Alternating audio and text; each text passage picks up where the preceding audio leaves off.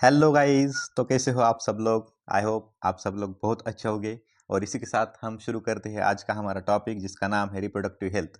और इस टॉपिक पर हम आज डिस्कस करने वाले हैं 10 मोस्ट इंपॉर्टेंट क्वेश्चन जो कि आपके नीट के एग्जाम के लिए बहुत ही इंपॉर्टेंट है। तो आप अच्छे से इस क्वेश्चन की प्रैक्टिस करिए और अच्छे से याद रखिए, क्योंकि इसमें से आपको 1 से 2 क्वेश्चन डेफिनेटली आपके नीट के एग्जाम में देखने को मिलेंगे। तो चलो हम शुरू करते हैं हमारे questions. Question number first, which of the following is the most widely accepted method of contraception in India at present? Option 1 cervical cap, option 2 tubectomy, option 3 diaphragm and option 4 IUDs intrauterine devices। तो बहुत आसान सा question है, important question है, आपको ये पता होना चाहिए। तो इसका आंसर क्या है? आईयूडीज। आईयूडीज क्या होती है? मोस्ट वाइडली एक्सेप्टेड मेथड होती है कॉन्ट्रासेप्शन की इन इंडिया। ठीक है, तो चलो बढ़ते हैं नेक्स्ट क्वेश्चन की तरफ। क्वेश्चन नंबर सेकंड, एमटीपी यानी medical termination of pregnancy is considered safe have up to how many weeks of pregnancy. यहाँ पर हैव हो चुका है तो इसे आप हाउ कर लीजिए। How many weeks of pregnancy मतलब कब तक एमटीपी सेफ होती है, कितने वीक्स तक। तो इसका आंसर आपको याद रखना है या फिर पता होना चाहिए। क्या है इसका आंसर? तो 12 वीक तक ये क्या होती है? सेफ होती है। तो ऑप्शन नंबर सेकंड हमारा सही हो जाएगा। ठीक है, 12 वीक मतलब कितने? 3 मंथ या फिर first trimester. Question number 3, after in vitro fertilisation. आता इनविट्रो फर्टिलाइजेशन मतलब क्या होता है? देखिए, इनविट्रो फर्टिलाइजेशन मतलब मेल गैमेट स्पर्म और फीमेल गैमेट ओवा, इन दोनों का लेबोरेटरी कंडीशन में मतलब टेस्ट ट्यूब के अंदर क्या किया जाता है? फर्टिलाइजेशन किया जाता है। और उसके बाद जो जाइगोट बनता है उसको डायरेक्टली फीमेल बॉडी के अंदर ट्रांसफर किया जाता है। अब यहाँ पर देखिए, जाइगोट या फिर early embryo up to the 8 cell stage और 8 ब्लास्टोमियर इसे ट्रांसफर किया जाता है फॉलोपियन ट्यूब के अंदर। तो इसे हम बोलते हैं जाइगोट इंट्रा फॉलोपियन ट्रांसफर। ठीक है, ZIFT zygote intra fallopian transfer. अगर ये embryo more than 8 blastomere cell से बना हो, मतलब उस 8 सेल से ज्यादा सेल हो उस एम्ब्रियो के अंदर, तो इसे डायरेक्टली यूटेरस के अंदर ट्रांसफर किया जाता है। तो इसे हम बोलते हैं इंट्रा यूटेराइन ट्रांसफर। तो यहाँ पर हम चेक कर लेते हैं। देखिए, embryo with more than 8 cells are implanted into the uterus. तो पहला ऑप्शन हमारा क्या कह रहा है? सही कह रहा है। ठीक है, तो हमें अप्रोप्रिएट या फिर मोस्ट मोस्ट कौन सा आंसर आपको सही लगता है उसे आपको चूज करना पड़ता है। अब देखिए सेकंड वाला option, embryo with more than 8 cells are not implanted into uterus, ऐसा नहीं होता। देखिए, embryo with 8 to 16 cells can be implanted into, ये भी सही है। ऑप्शन 4 देखिए, embryo with cells more than 16 is implanted into the uterus, but most appropriate कौन सा होना चाहिए? Embryo with more than 8 cells are implanted into the uterus. 8 cell से ज्यादा कितने भी सेल्स उस एम्ब्रियो के अंदर हो तो उसे डायरेक्टली यूटेरस के अंदर इम्प्लांट किया जाता है। इसे हम बोलते हैं intra uterine transfer. Question number 4, the test tube baby programme employs which one of the following techniques. अब टेस्ट ट्यूब बेबी प्रोग्राम मैंने अभी आपको बोला, मेल और फीमेल गैमेट को लेबोरेटरी कंडीशन में क्या किया जाता है? फ्यूज किया जाता है और फर्टिलाइजेशन होने के बाद उससे जो बनता है अर्ली एम्ब्रियो फिर जाइगोट, उसे फॉलोपियन ट्यूब के अंदर ट्रांसफर किया जाता है। तो इसे ही हम बोलते हैं जाइगोट इंट्रा फॉलोपियन ट्रांसफर। तो ऑप्शन नंबर सेकंड हमारा सही हो जाएगा। Question number 5, which of the following is hormone releasing IOD. Hormone releasing IOD कौन सा है आपको इसमें से देखना है। तो option 1 lips loops, option second copper T, option 3 LNG 20, option 4 Multiload 375। तो हम देखते हैं यहाँ पर, देखिए जो प्रोजेस्टासर्ट और एलएनजी 20 होते हैं ये क्या होती है? हार्मोन रिलीजिंग आईओडी होती है। तो हमारा ऑप्शन नंबर 3 हो जाएगा सही। अब इसके बाद देखिए, लिपस लूप्स क्या होता है? नॉन मेडिकेटेड आईओडी होता है। कॉपर टी, कॉपर 71, मल्टीलोड 375, ये कौन से होते हैं? कॉपर रिलीजिंग आईओडीज होते हैं। हमारा ऑप्शन 3 सही हो गया। Question number 6, which of the following contraceptive method do involve role of hormones. तो मतलब कौन से ऐसे मेथड है उसमें हार्मोन का रोल होता है।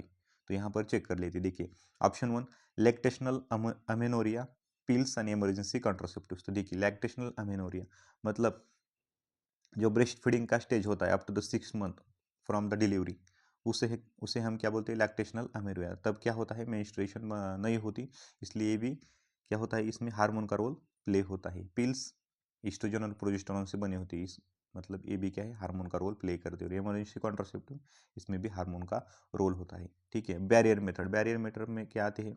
बैरियर्स आती है, सर्वाइकल कैप, डायफ्राम, कॉन्डोम्स। तो इसमें क्या है? कोई हार्मोन का रोल नहीं है।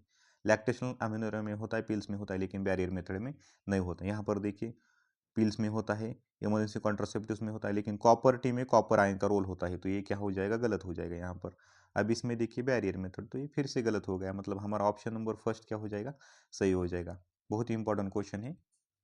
Question number 7, the function of copper ions in the copper releasing IUDs. Copper ions का क्या फंक्शन होता है, तो आपको अच्छे से पता होना चाहिए। कॉपर रिलीजिंग आयोडीज होते हैं, इसको हम कॉपर यूटेरस के अंदर प्लेस करते हैं और ये क्या करते हैं, कॉपर आयंस को रिलीज करते हैं। इसी की वजह से क्या होती है, जो भी स्पर्म अंदर जाते हैं तो उनकी क्या हो जाती है, जो मोटिलिटी होती है वो कम हो जाती है और फर्टिलाइजिंग कैपेसिटी भी डिक्रीज हो जाती है। तो हम यहाँ पर देखिए ऑप्शन चेक कर लेते हैं। Option 1, inhibit gametogenesis, make uterus unsuitable for implantation. Option 3, they inhibit ovulation. Option 4, suppress the sperm motility and fertilising capacity of sperm. तो ऑप्शन नंबर 4 हमारा सही हो जाएगा। तो कॉपर आयंस का क्या फंक्शन है, suppress the sperm motility and fertilising capacity of the sperm.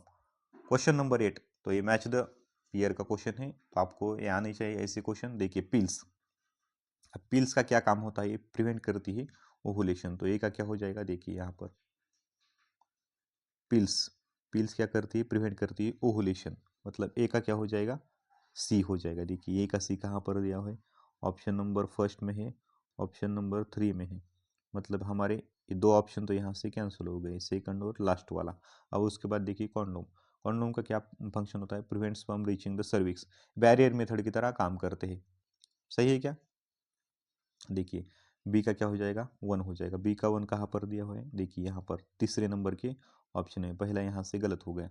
अब सी का देखिए डी दिया है इन्होंने, वैसिक्टोमी, वैसिक्टोमी मतलब क्या जाता है, वैस डिफरेंस को कट एंड टाइट किया जाता है, उसके वजह से क्या होता है, सीमेन तो आता है लेकिन उसके अंदर क्या होती है, स्पर्म नहीं होते। तो मतलब सी का क्या बन जाएगा, डी हो जाएगा। तो ए डी, सी का डी कहाँ पर है, देखिए यहीं पर है। और डी का देखिए B copper T, prevent the implantation, सही हुआ है। तो हमारा ऑप्शन नंबर क्या, 3 यहाँ पर सही हो जाएगा। क्वेश्चन नंबर 9, तो ये भी सिंपल सा क्वेश्चन है। देखिए विच of the following approaches does not give the defined action of contraceptives, मतलब इसमें से कौन सा इनकरेक्टली मैच किया है, आपको इसमें से सेलेक्ट करना है। देखिए बैरियर मेथड, बैरियर मेथड का क्या फंक्शन है, प्रिवेंट फर्टिलाइजेशन, सही है। ये क्या करते हैं, ब्लॉक करते हैं, तो ये भी क्या है, सही। देखिए सेकंड वाला, intrauterine devices increase phagocytosis of sperm, suppress sperm motility and fertilising capacity of sperm, तो ये भी क्या है, सही है।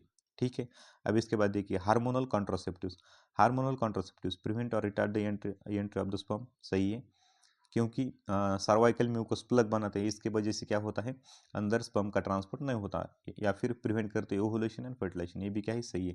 लेकिन वैसिक्टोमी में देखिए फॉलो सॉरी वैस डिफरेंस को कट एंड टाइड किया जाता है, इसके वजह से क्या होता है, सीमेन तो बाहर आता है लेकिन उसके अंदर क्या होती है, स्पर्म नहीं होती है। ये यहाँ पर इन्होंने क्या दिया, प्रिवेंट स्पर्मेटोजेनेसिस, ऐसा कुछ नहीं होता, स्पर्मेटोजेनेसिस होता है लेकिन स्पर्म ट्रांसपोर्ट नहीं होते सीमेन के अंदर। तो ऑप्शन नंबर हमारा 4 क्या हो जाएगा, सही हो जाएगा, यही इनकरेक्ट दिया है इसमें। Question number 10, which of the following sexually transmitted disease is not completely curable, तो आपको इसमें क्या बताना है, एसटीडी है लेकिन वो कौन सा कंप्लीटली क्यूरेबल नहीं है, मतलब वो कंप्लीटली कितनी भी ट्रीटमेंट दी तो वो 100% क्योर नहीं हो सकता।